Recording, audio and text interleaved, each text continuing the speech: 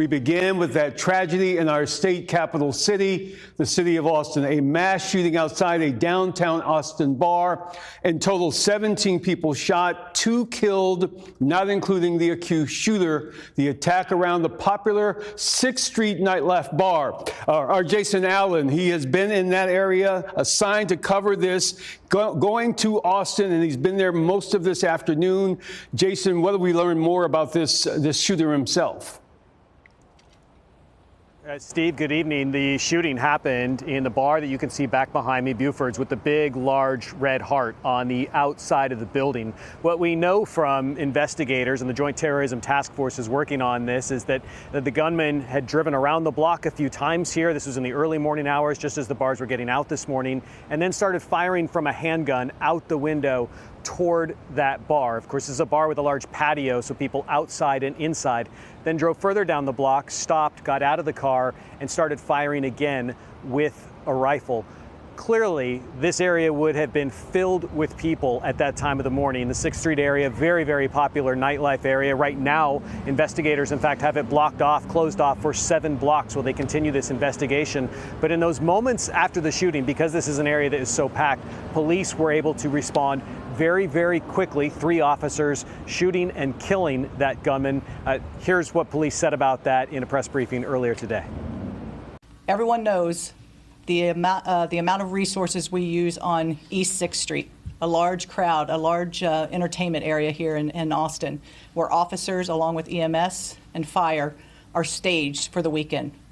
And so you're talking, when this came out, we were about 55, 56 seconds away coming from east to west Austin, and that saved multiple lives.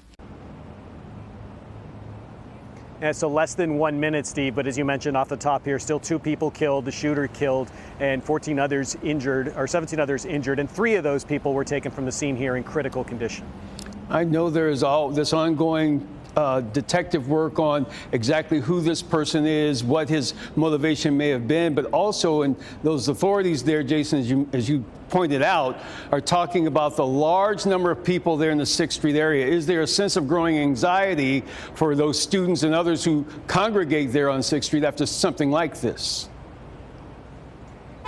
You know, we're still seeing a lot of people this evening, Steve, come down to the area, look, which is, you know, to be expected after something like this. And I'm sure it causes some anxiety for something to happen in such a popular area. You know, here in Austin, they do have paramedics that are embedded with police during busy times on those Friday and Saturday nights so that they can respond quickly. And we knew that paramedics did get in right away and start responding to those people who were injured. They believe those actions save lives.